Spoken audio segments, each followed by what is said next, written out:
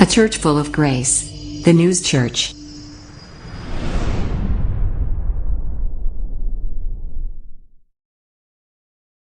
우리는 지금 정말 혼란스러운 시대를 살아가고 있습니다. 내 개인의 삶만 어려운 게 아니라 내 개인의 삶도 지금 어려운데 이 나라의 근본까지 흔들리고 있는 것 같은 그런 위기감을 느낍니다. 세상이 점점 불안해지고 어디에 마음을 두어야 될지 모를 때가 참 많습니다. 요즘 뉴스를 보면 나라가 참 어수선하다는 생각이 들기도 하죠. 윤석열 전 대통령의 윤 어게인이라는 말이 여전히 들려오고 탄핵 논란도 끊이질 않고 있습니다. 현재 대통령을 둘러싼 또 재판 재개 문제, 친중 반미 세력에 대한 이러한 우려까지 겹치면서 정치적으로나 사회적으로나 혼란이 커지고 있는 것만 같습니다.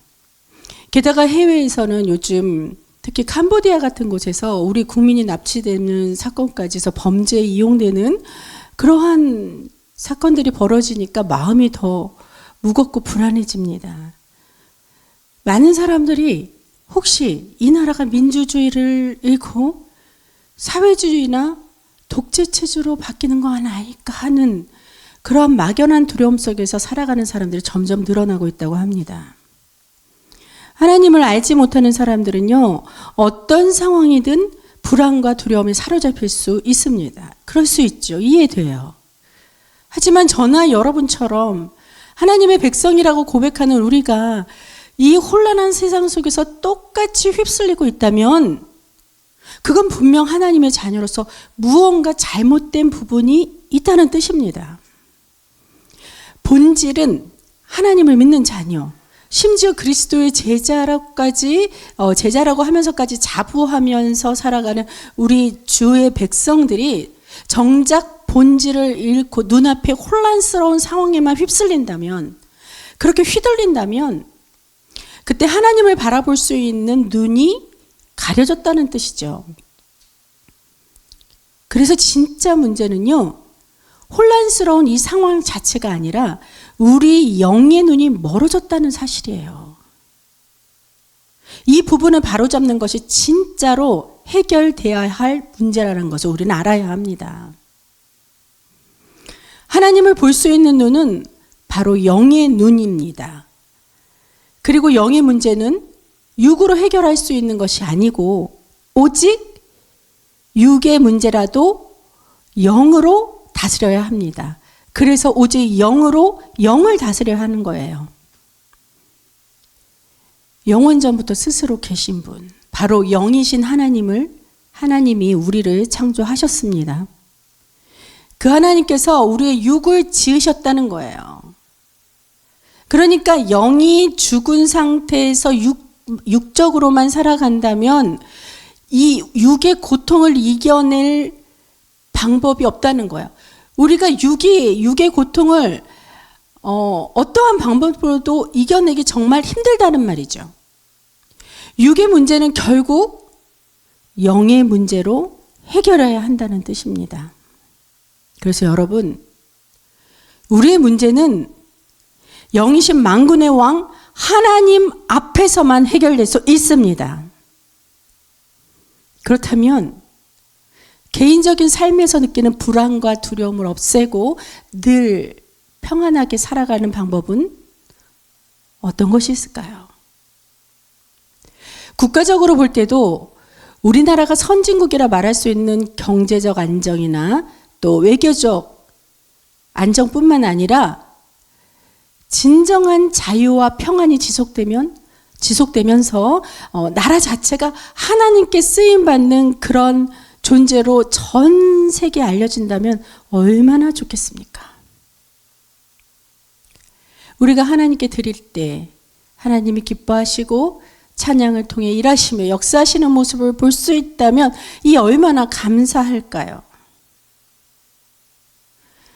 이런 질문과 소망을 품고 오늘 이 시간 마음을 열고 주님을 만날 때 하나님의 음성이 우리에게 은혜로 다가오고 기쁜 찬양이 흘러넘치는 풍성한 삶 속에서 살아갈 수 있는 거룩한 시너지가 되는 이 시간 되길 바랍니다.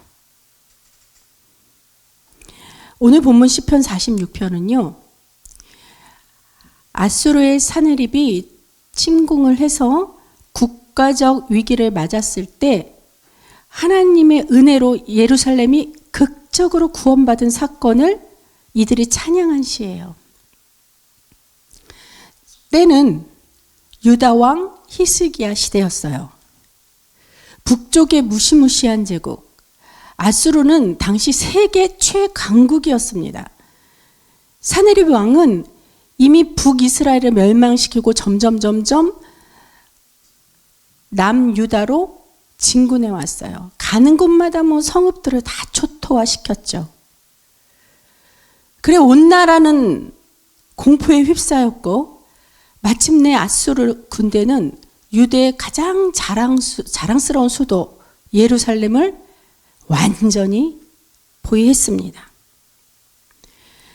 이 상황을 본문 2, 3절에서 이렇게 표현해 주고 있어요. 그러므로 땅이 변하든지 산이 흔들려 바다에 빠지든지 바닷물이 솟아나고 뛰노든지 그것이 넘침으로 산이 흔들지라도 라는 본문의 2절에서 3절에 이러한 표현이 나오죠. 이 장면을 보면요. 당시 아수르의 위세와 공포를 생생하게 떠올리게 됩니다. 아수르의 군대 랍사게, 아수르의 장군이 랍사게였어요. 이 사람이 성벽 앞에서 히브리어를 이렇게 외쳤어요. 들으란 얘기죠. 뭐라고 외쳤냐? 너희는 무엇을 믿고 있느냐? 너희 하나님이 과연 너희를 구할 수 있겠느냐? 내가 정복한 모든 나라들이 그 모든 나라의 신들이 그 나라를 구원한 거 너희 봤냐?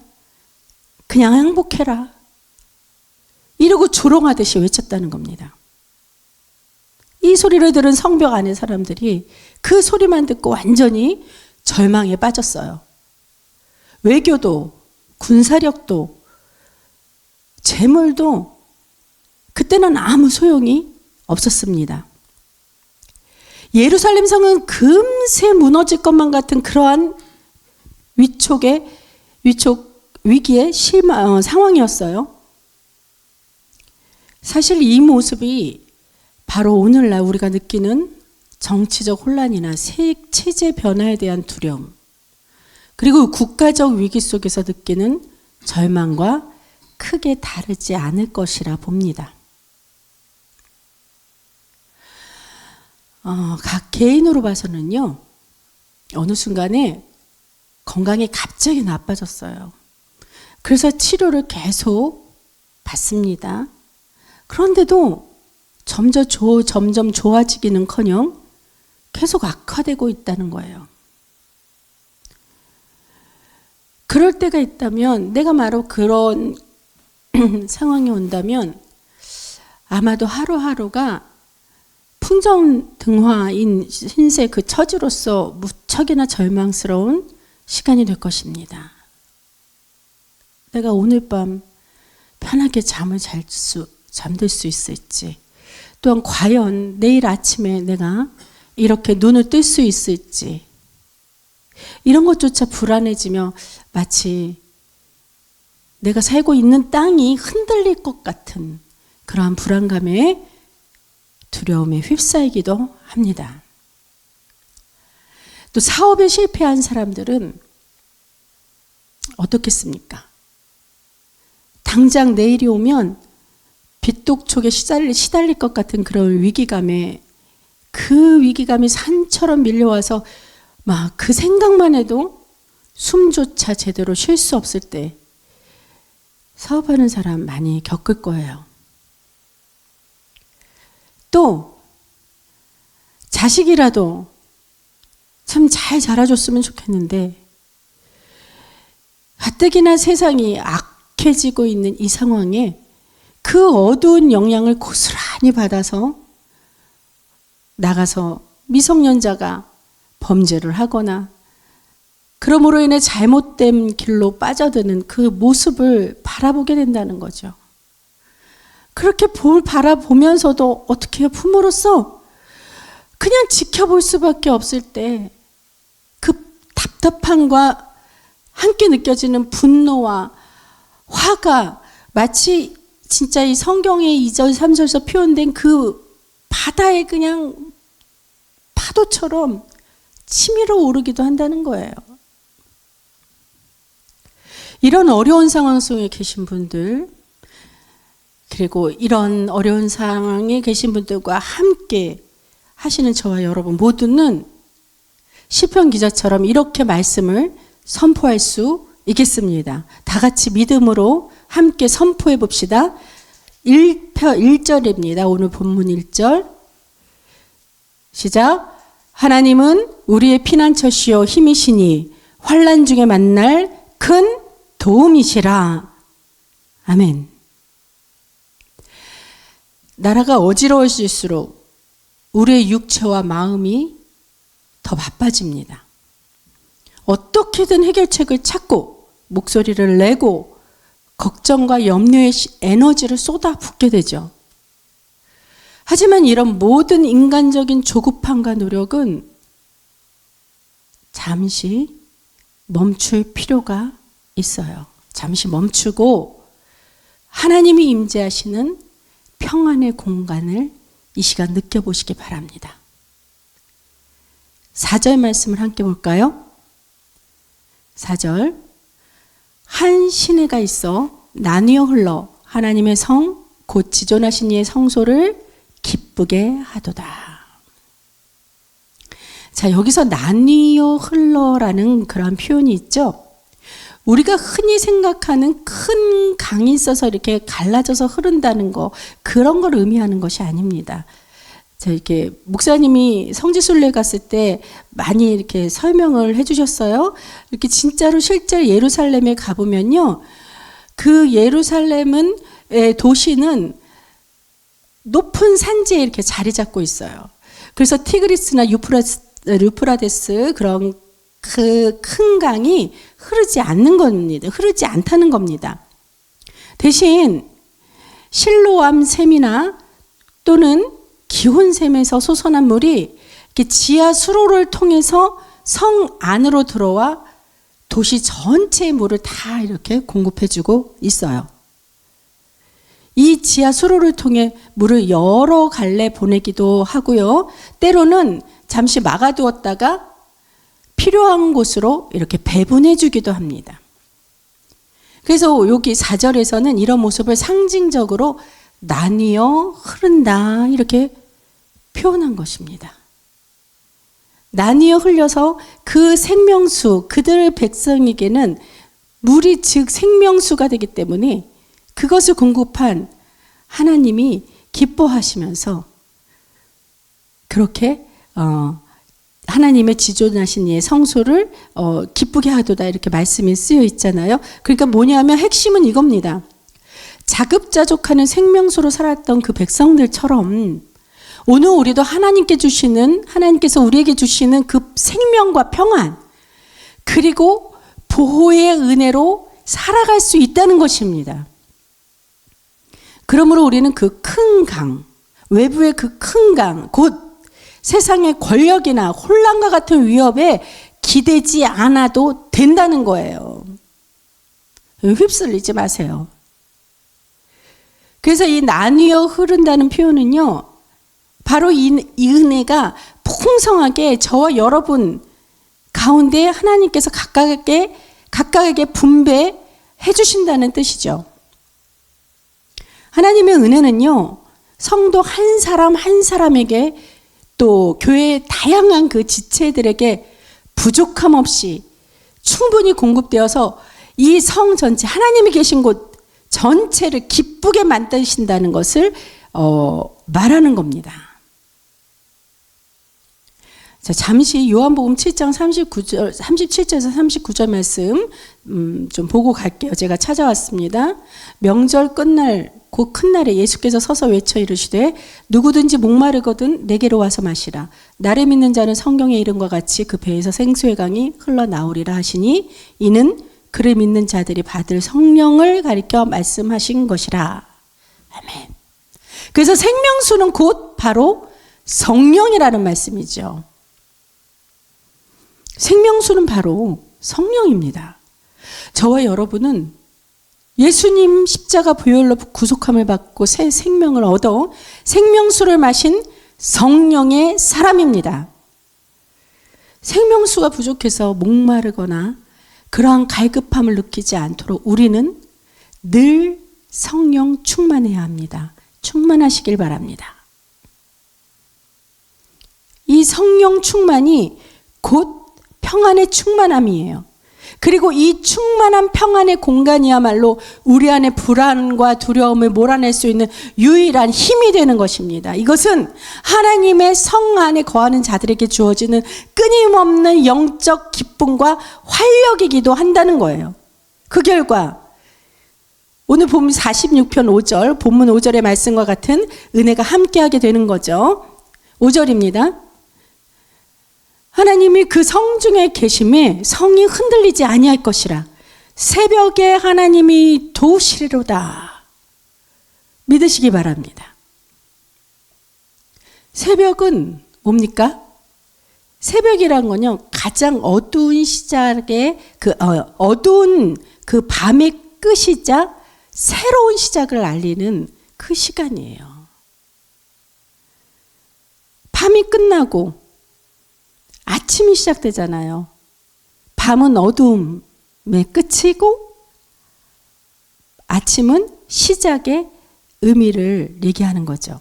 그래서 새벽에 하나님이 도우신다는 말은 가장 절망적인 순간 또는 위기가 최고조에 달했을 때 하나님께서 개입하셔서 결정적인 구원을 베푸신다는 것을 상징한다는 것입니다.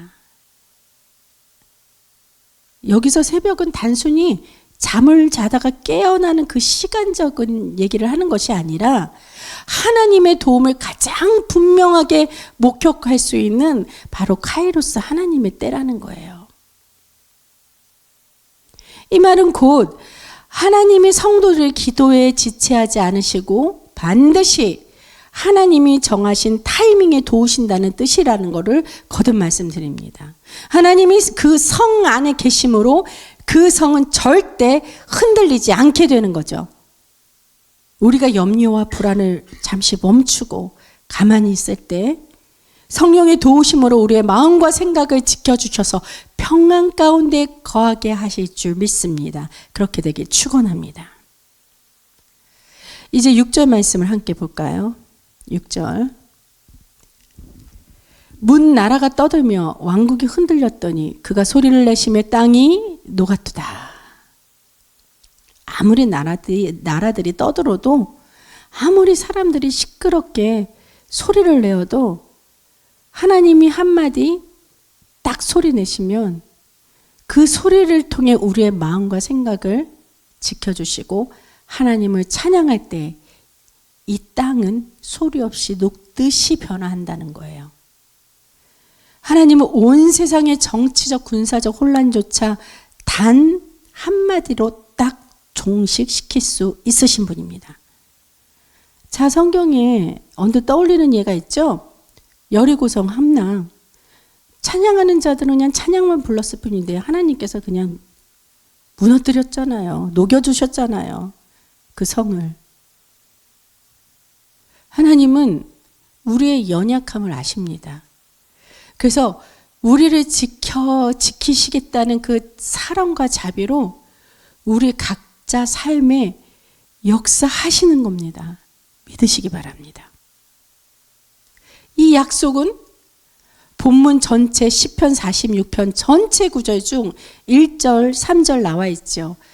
뿐만 아니라 중간중간 7절과 11절까지 여러 번 반복되면서 하나님의 그 확실한 약속으로 우리에게 확신까지 주고 계십니다. 자, 그래서 7절 함께 보겠습니다. 만군의 여호와께서 우리와 함께 하시니 야곱의 하나님은 우리의 피난처시로다. 셀라. 이 찬양의 이 음절에 맞춰서 이게 셀라가 나온 거예요. 이게 찬양이라는 뜻이죠. 자, 우리는 위기의 순간일수록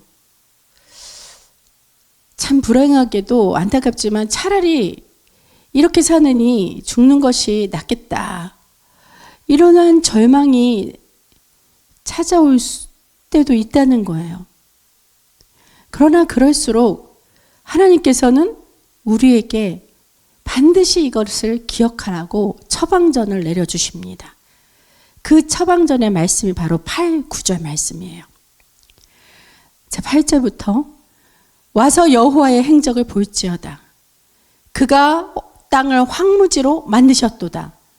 그가 땅 끝까지 전쟁을 쉬게 하시며 활을 꺾고 창을 끊으며 수레를 불사르시도다. 할렐루야. 히스기야 왕은요, 항복하지 않았어요. 그리고 하나님께 간절히 기도만 했다는 겁니다.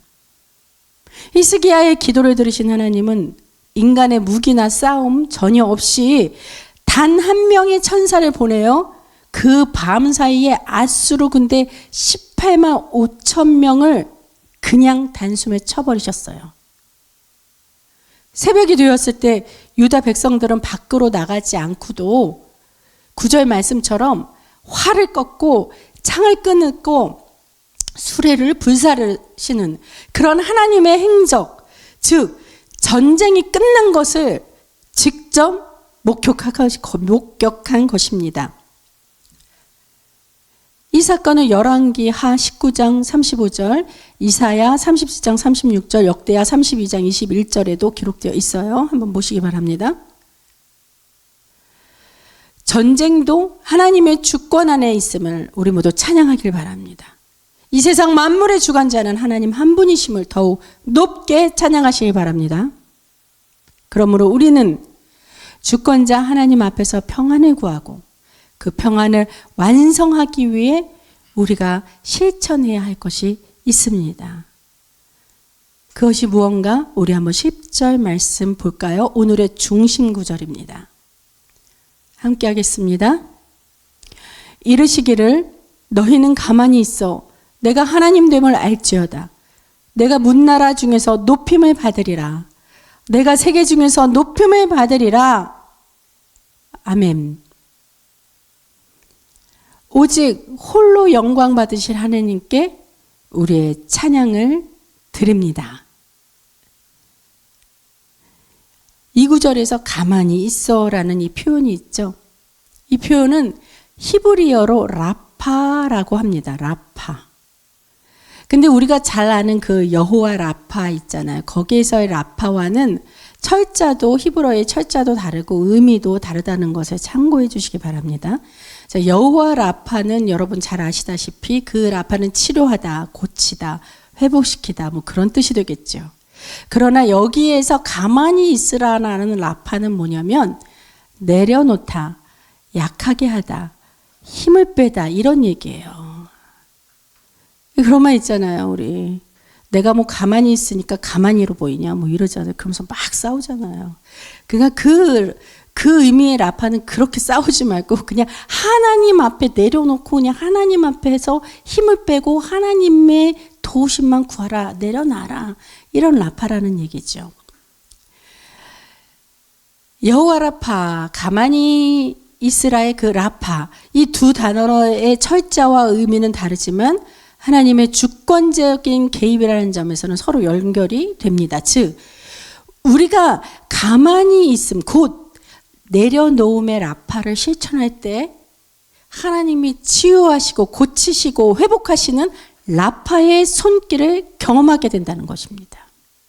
결국 주관자이신 하나님 앞에 가만히 내려놓는 그 라파를 통해 하나님의 치유와 회복을 누리는 은혜의 삶으로 인도받게 된다는 거예요. 오늘 우리 각자에게 필요한 것은 바로 이 내려놓음의 라파이며 그 속에서 하나님께서 행하시는 놀라운 은혜를 경험하게 되실 축원합니다. 아수르의 위협을 받던 히스기야 왕은 결단했어요. 인간적인 모든 노력이 끝났음을 깨달았기 때문이죠. 왕은 아수르의 위협 편지를 들고 성전에 가서 하나님 앞에 딱 펼쳐 놓았어요. 그는 자신의 힘과 지혜를 완전히 내려놓은 모습입니다. 즉 라파를 실천한 것이죠. 그때 하나님께서 선지자 이사야를 통해 음성을 주셨어요. 말씀을 보니 이사야 37장 6절이나 35절 말씀을 보니까요. 하나님께서 하신 말씀, 너희는 두려워하지 말라. 내가 이 성을 구원하리라. 이 음성이 저와 여러분에게도 똑같이 들리는 은혜가 있게 축원합니다. 아수르 군대가 예루살렘 성을 에워싸고 있는 그 밤이 지나 기적의 새벽에 하나님이 도와서 승리의 왕으로 히스기야를 이끌어 주셨고 이 이스라엘을 구원해 주셨습니다. 이 극적인 구원 사건을 경험한 백성들은 완전히 환호했어요. 눈앞에서 내가 보세요. 아무 일도 하지 않았는데 내 적군이 죽고 그냥 나도 모르게 저절로 승리했다는 것이죠. 이 장면을 목격하고 직접 목격했다면 그 얼마나 가슴 벅찬 환호가 있겠습니까? 이제 그들은 만군의 여호와께서 우리와 함께 하신다는 사실을 온몸으로 체험한 것이죠.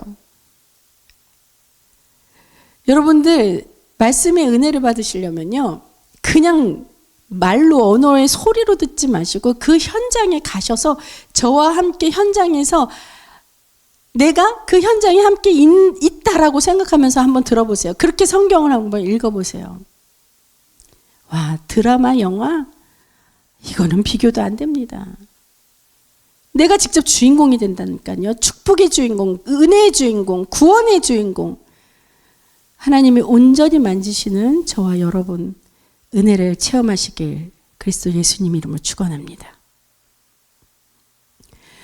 이스라엘의 히스기야 왕의 그 감격과 확신 속에서 그 백성들은 하나님은 우리의 피난처시오 힘이시니 이렇게 시작하는 시편 46편을 지어 부르기 시작했어요.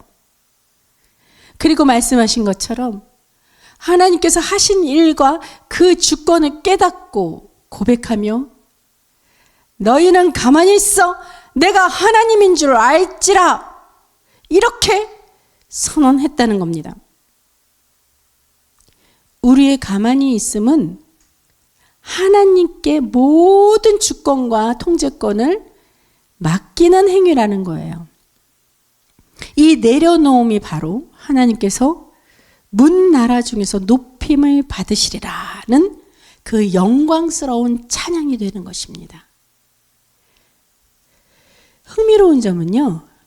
우리가 억지로 찬양하려 애쓰지 않아도 그냥 그저 라파, 곧 내려놓기를 실천만 할 때 하나님께서 자연스럽게 영광을 받으신다는 겁니다. 여러분, 그래서 하나님께서 이 마지막 1절, 3절, 7절 이외에도 마지막 중간 말씀을 확신하시고 말씀으로 약속해 주시는 말씀이 이 시편 46편 끝나는 마지막 11절까지도 한 번 더 우리에게 확신해 주려고 약속의 말씀을 또 한 번 거듭 강조해 주셔서 선포해 주십니다. 함께 11절 마지막 찬양하는 마음으로 우리도 함께 봉독해 보겠습니다. 시작. 만군의 여호와께서 우리와 함께 하시니 야곱의 하나님은 우리의 피난처시로다. 셀라. 음정 맞췄잖아요. 그렇죠? 이게 우리나라 국악에서 뭐 얼쑤 하는 그런 고수의 장단 같은 그런 겁니다. 찬양이니까요. 춤까지 추고 싶은 거 제가 절제하고 있습니다. 지금. 시편 46편은 극심한 국가적 위기 속에서 인간의 노력과 염려를 내려놓고 오직 하나님의 주권적인 경험을 그 주권적인 구원을 경험한 그 백성들의 승리의 찬송가였다는 거예요. 이 찬송은요. 오늘날 불안에 떨고 있는 우리에게도 똑같은 평안을 주실 줄로 믿습니다. 이 약속을 믿고 하나님의 자녀로 부르심 받은 우리는 이 혼란 속에서 헛된 싸움을 멈추고 하나님을 높이는, 하나님의 주권을 높이는 그 자리에 가만히 서야 합니다. 위정자들을 하나님께서 다스리시고 인도하실 줄 믿음으로 우리가 믿어야 돼요. 정치는요, 정치 전문가를 사용하시는 하나님께 그냥 맡기는 겁니다. 우리가 직접 정치적 해결사가 되는 것이 아니라 하나님의 부르심에 따라 우리 각자의 그 소명대로, 사명대로 하나님의 평강을 누리며 그분의 통치를 증거하는 삶으로 살아가시길 축원합니다. 가만히 멈추어 인간적인 염려를 내려놓고 하나님의 하나님 되심을 인정하며 기도로 그분의 일하심을 기다리는 것, 그리고 복음을 증거하는 것, 이것이 바로 나라가 불안하고 두려움이 가득한 이 세대에 우리가 하나님께 드릴 수 있는 가장 위대한 찬양. 그래서 하나님이 이 나라를 고치시고 회복하시고 다시 일으켜 세워주시는 그 역사함을 저와 여러분이 볼 것입니다. 오늘 이 시간 모든 조급함과 두려움을 멈추시고 여러분과 여러분의 삶과 나라의 문제를 주님께 완전히 내려놓으십시오. 가만히 있으십시오. 주님께서 친히 역사하실 때 여러분의 염려는 평강으로, 여러분의 두려움은 하나님을 향한 거룩한 찬양으로 바뀔 것입니다. 이러한 참된 평안과 찬양을 통해 날마다 승리하시는 복된 삶이 되는 저와 여러분 되시기를 그리스도 예수님 이름으로 축원합니다. 기도하시겠습니다.